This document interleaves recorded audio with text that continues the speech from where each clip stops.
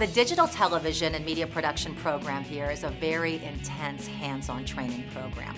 We pride ourselves in teaching our students what it's really like to be out there in the field. There's absolutely a passion here at HCC.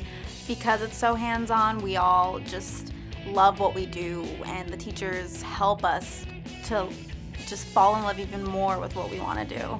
I found that this department here is different because they offer more real hands-on experience and real-life skills that we can take from school directly to work. Students here are learning everything from behind the scenes, in front of the camera. They're learning to be talent. They're having their own radio shows. They have their own TV shows. They're out there like TV crews, producing commercial video, news pieces, film projects, you name it. The faculty here is second to none. I believe they have years of industry experience. They have helped students get internships and full-time positions at well-known media entertainment companies around Florida. And also they have given us industry references that we can call upon after graduation. The whole goal is to put your resume together, put your portfolio together, get the internship, make the connections, get out in the field, and get a job. I'm interning right now at Daytime with Channel 8. I never thought I'd be working at a television studio while still in college. It was kind of like an aha moment, like, yeah, this is what I want to do, this is awesome. We have the TV studio, we have the radio studio, we have the camera equipment. So what we want to do is get our students out there with the equipment working so they can produce their reels. I have been involved right from the pre-production to the script writing, to the post-production, to the editing. I'm very grateful to be a part of this television film community. If you like to create, if you like to tell stories, if you like to produce something and actually see results, come to the digital television media production program. You will be so amazed at what you can do. You're never going to find another program like this. It's fun, it's very hands-on, and you're going to make some lifelong friends.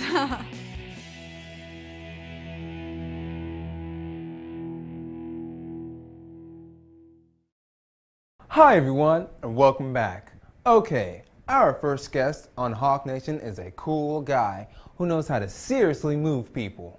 You may have seen people gliding in and around Tampa, having a good time and taking in the sights. Well, this guy has something to do with that fun. Let's give a Hawk Nation welcome to our guest, Russell Hess of Electric Glide Tours. Welcome, Russell. Thank you. So now, if you haven't figured out, everyone, we are talking about Segway tours. So, tell us what Electric Glide Tours is all about and what kind of tours do you guys provide? We provide a historical narrative tour of Ybor City, which is campus historical tour. So the tour itself is a little bit of training, and then about a 2-hour experience comes back. So you take all of the and there's a narrative component, so we talk about the areas we ride around. So, tell us about some of the unique stops you guys have. Oh, there's a lot. We start at the beginning of the cigar industry. We show people where the cigar workers lived, where they worked, where they used to recreate. We show them the hospital facility. There's a lot of different stops. Excuse me, our tour is interesting simply because we don't focus on only the historical component. We like to talk about some edgy things. We call it period pop culture stories. So we talk about where people got in trouble, maybe where somebody got murdered here, or there was a big event that happened here. Wow. So it's not just classroom history. There's no dates. It's not a boring thing. Plus, you get to ride around on the Segway the whole time. That sounds pretty cool. Yeah. So, tell me, what got you into the Segway business? Well, I only had to take one tour. I actually rode the machine once, and I knew I wanted to buy one. And then shortly after that, we bought a whole bunch of them, and we opened a business. Wow. That sounds amazing, honestly. But seriously, let's talk about safety. Some people might seem a little bit intimidated by getting on a Segway. Tell us, what are the important steps on getting on a Segway, and what are things people may need to know before getting on one?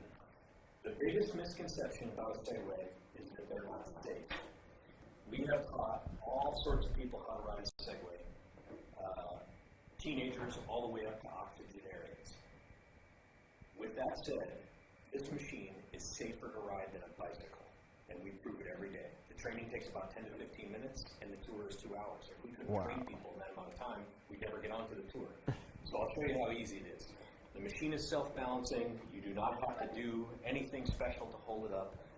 We prefer that when you ride, you do hold on, but I just want to show you like this. Just like this, you can step up on this machine. There's nothing holding me. There's nothing. The machine is completely self-balancing and doing all the work for me. Wow. You can tell I'm not exerting, I'm not straining in any way to hold this up. Now, of course, when we ride, you get your hands on the handlebar and you're riding it sort of like a bicycle. But this machine is far easier to ride. It's totally computer controlled. It's electrical and it's battery operated. It doesn't emit any emissions. There's no smoke or scent or anything. So for the people who want to try something that's fun and also green and great for the environment, this is a fun thing to do. Wow, well, I'm excited. So you got to tell me, how do we get on board? Easy. 2 ways to do this. You can book tours online at our website. It's electricglidetours.com. You can call the 800 number, which is 800-975-3177. Online, all of the calendars are there, the dates and times and everything you need to book. You just put your credit card in. The system automatically emails you a receipt and a confirmation. Our location is 1805 East 7th Avenue, and when you show up there, we're ready waiting for you, and we're ready to roll. All right, okay. Well, thank you, Russell. Thank you.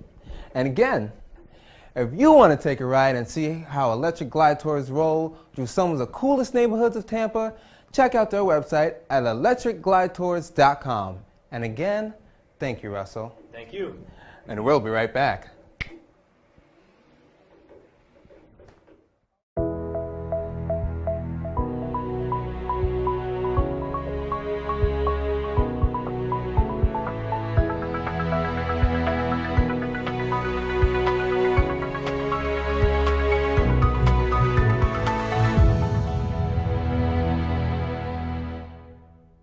I love to cook.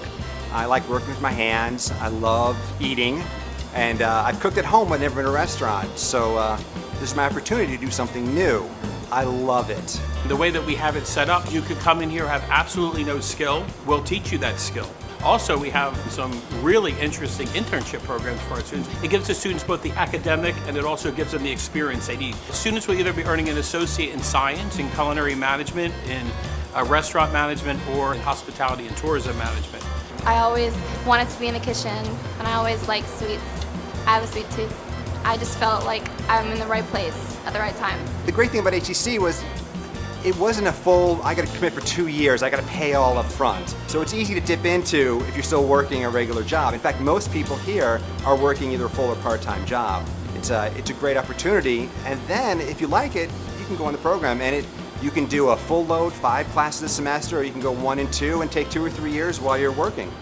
It is state-of-the-art equipment, and the thing with our industry with technology is that every single year it changes. We are very fortunate that the college does support us every single year. There was so much equipment and I got a little bit overwhelmed, but once you learn where everything is, you will feel like it's your home. The equipment is great. I used the elevated grill and I cooked 80 pieces of chicken at one time. I can't do that at home. There's 5 stoves. It is fantastic. I don't want to leave. These teachers, they want you to learn and they want you to succeed, and that's what you really feel, and you really connect with them. We learned so much, and the chefs are so passionate here. They're really interested in food. It's awesome. It's the best thing you could possibly do. It's really, really fun.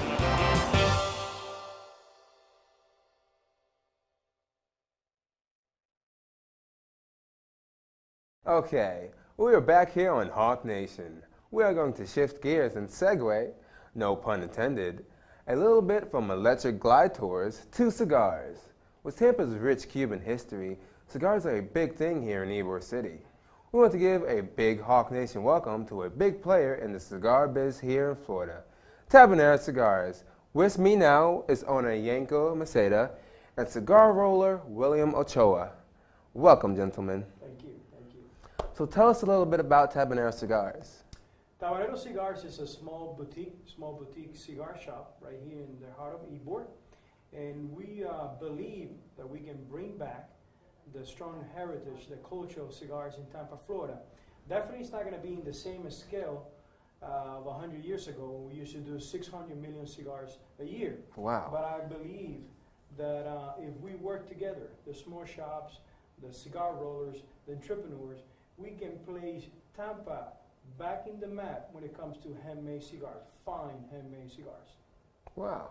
So now tell me, Yanko, what are people looking for when trying to find the perfect cigar?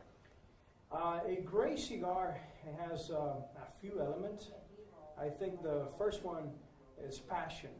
This is an art that you have to be really passionate to come out with a good product. Second, good tobacco. You just can't use any tobacco for fine cigars. Usually tobacco for fine cigars are grown in the tropics. We always get the question asked if we can use American tobacco, and the U.S. doesn't grow strong tobacco being a fine cigar. Second, you need to have a really passionate artisan, someone that really loves the industry. And we prefer to do the Cuban style, which is 100% handmade. Okay. And after the cigar is done, after the fine cigar is done, I think aging also makes a big difference, because you have 3 different parts of a plant that you're putting in each side of a cigar. So the longer you age them in the shell, a better balanced profile you're going to have in a handmade cigar. Wow. So there's a lot when it comes to making the perfect cigar. Yes, sir. So now, Master Roller William, please demonstrate how to make the perfect cigar. And basically what he's doing is he placed the binder on the table. Binder is a wrapper that wasn't strong enough, that it wasn't good enough to be in the outside of the cigar. So it's used to bind the 3 fillers. So he picked Seco from Nicaragua, Volado from Colombia, and Ligero from Dominican Republic. This is a unique blend because we blend in Dominican Republic, Nicaragua, and Colombia. You have 2 really strong tobaccos in there, and you balance with a sweet tobacco leaf from Colombia. Oh, so wow. As you can see, everything is by hand, and everything is long leaf. There's no pieces. When you do a handmade cigar, everything is long leaf. Machine-made cigars, the machines are not able to do this. Usually when it's a machine-made cigar, it's chopped tobacco, kind of like a giant cigarette. Oh, Here okay. It's Cuban style, all by hand. After the bunch is done, the inside, we put it inside of a mold, and we press for about an hour. And these are how the cigars look when they're already pressed. Pretty nice cigars. And now after we press that bunch for about an hour, that it looks kind of rough comparing with the one that has already been pressed, we're going to do the wrapping, which is the final stage. Now he's going to get one from the mold, and he's going to wrap it for you so you see how the wrapping is done. Back in the days, cigar rollers would do everything by hand. They would do 300 cigars a day completely by hand. There was no cigar molds. Cigar molds came later to do a better product, a more perfect smoke. Okay. And here he's applying the wrapper. In our factory, before we apply the wrapper, we run all the insides, all the bunches, through a drop master. It's a little machine that has a compressor, and it runs air through inside of the bunch to check, to measure what is the pressure inside of the cigar. That's something that makes us unique, because we take serious what we're doing here in Ybor, and guarantee that when the customer buys 20, 25 cigars, all the cigars are going to have a perfect draw. They're going to burn slow, and they're going to have a really balanced taste and flavor. If the cigar is too spongy, every time you puff, it gets really hot. If the cigar is too packed, it has too much tobacco, it will give you a headache trying to pull from the cigar. And that's the biggest complaint in the industry. because we're a boutique, we pay attention to details, so we run the entire production to the drill master. All the rollers are Cuban rollers. They learn the trade in Cuba. It would be pretty difficult to teach someone in the U.S. because it's a 9-month school to learn how to make cigar, and every day you go through 3 to 4 pounds of tobacco. Wow. And tobacco is between $10 to $15 a pound. That's a lot. Yep. So you got your cigar done, and that's how a handmade cigar, a Cuban style handmade cigar, is done. Nice. Well, awesome. Thank you so much, Shenko. It will be my pleasure. Thank you. And thank you so much, William. Now, for more information on Tabanera Cigars, go to besttampacigars.com. And again, thank you so much, guys. Thank you. Our pleasure.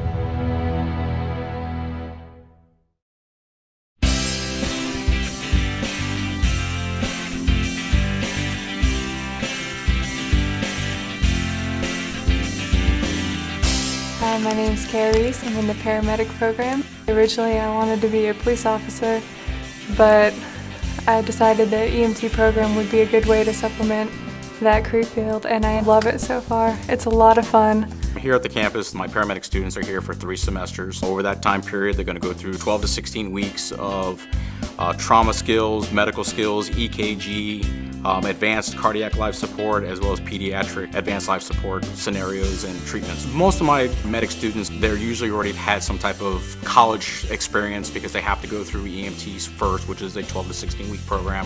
And then after that, then they'll sign up for the year program through paramedic. In the lab, we do everything from the assessments to, we'll break it down into individual skills as far as like intubations or some of the more exciting things, and backboarding is one of the more repetitive things. We do a lot of scenarios so you can get from the beginning to the end of how to treat a patient. You get a little nervous, but the more you do it, obviously the easier it gets. The teachers really bring the field experience, the outside-the-box thinking, not just being a cookbook medic and going by the book, but actually paying attention to your patient and treating your patient. We try to keep the technology the same to the different departments in the area so that students have a good feel, just in case there's an interagency response, that they're very familiar with their equipment. I mean, anything you need out in the real world, they have it in this classroom, and that's great. We actually do have 3 separate ambulances set up, and we have all the equipment that you really need on an ambulance. We do a lot of out in the field clinicals. We work with the fire departments, so you get to ride out on the rescues in the field. You gotta be willing to put yourself out there, get in the middle of things, and that graduation, it's gonna be awesome. I'd be a certified paramedic, be able to go out in the field and actually help people.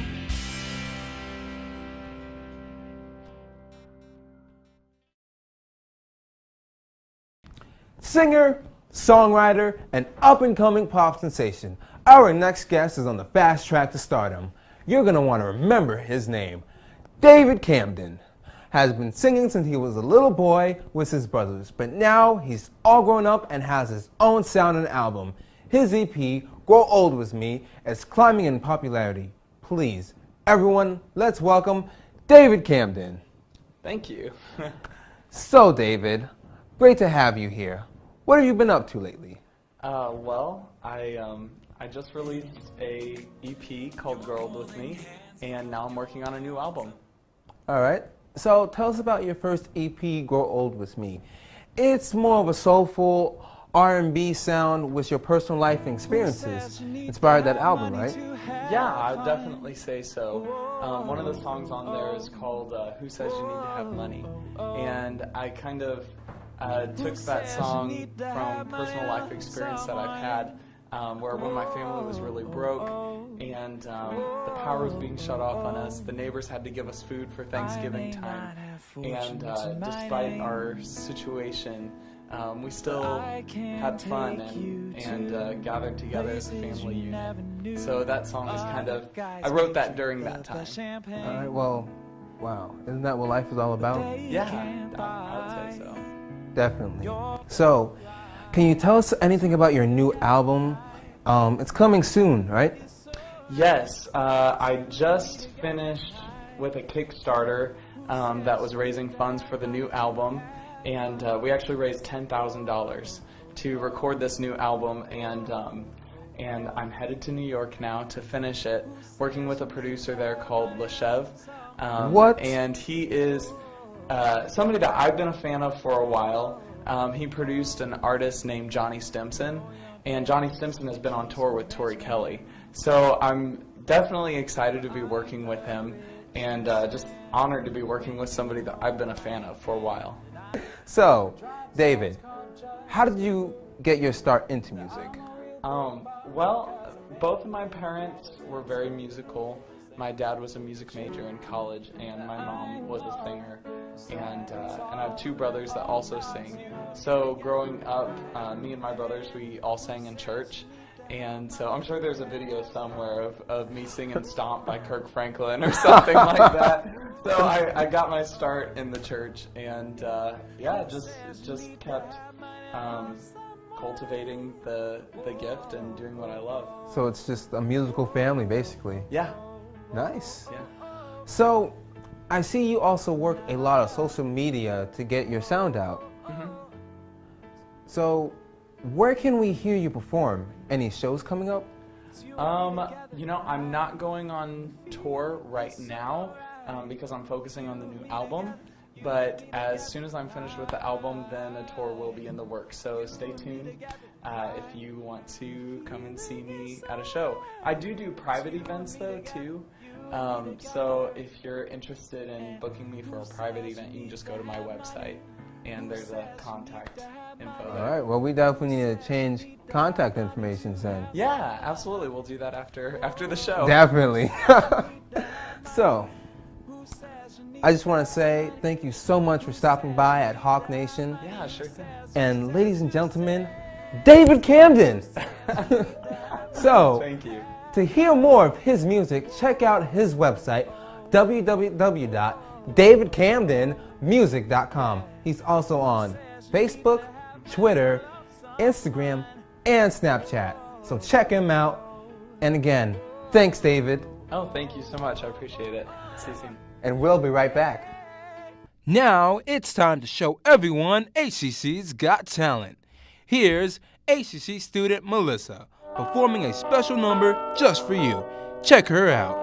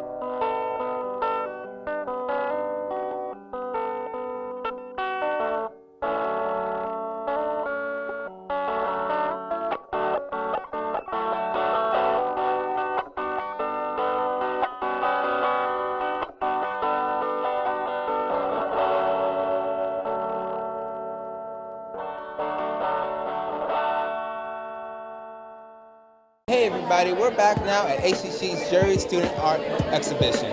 Let's go check out some ACC art.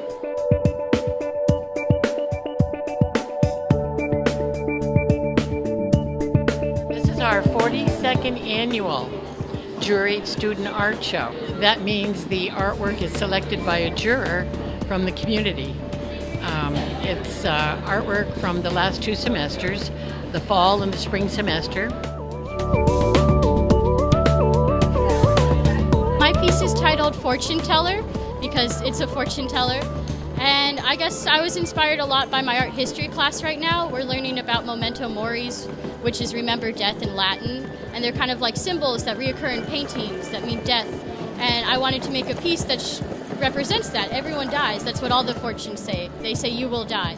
So everyone has the same fate. You can't escape it.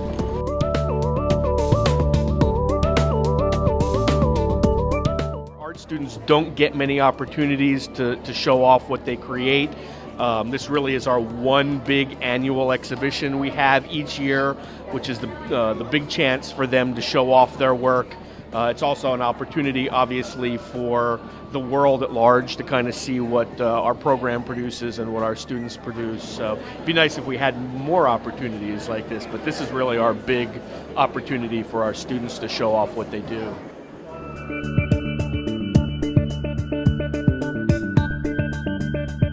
I placed Best of Show, and the piece that won was Experiment 1313. It's basically just an experiment in process. Tell me about your winning piece of artwork. Sure. Well, this is a house out on St. Pete Beach, which is where I live. And there's a lot of houses out there that are huge and extravagant and expensive, but no one lives there most of the time. So I was just driving past it one day and I decided that I wanted to paint it. My artwork is based off of dermatillomania, which is like an obsessive-compulsive disorder, which involves skin picking. Mental illness disorders and such really interest me, and I feel like some of them don't get nearly as much acknowledgement as they should. That's a taste of some of the great artwork that can be seen here at the Ybor Art Gallery.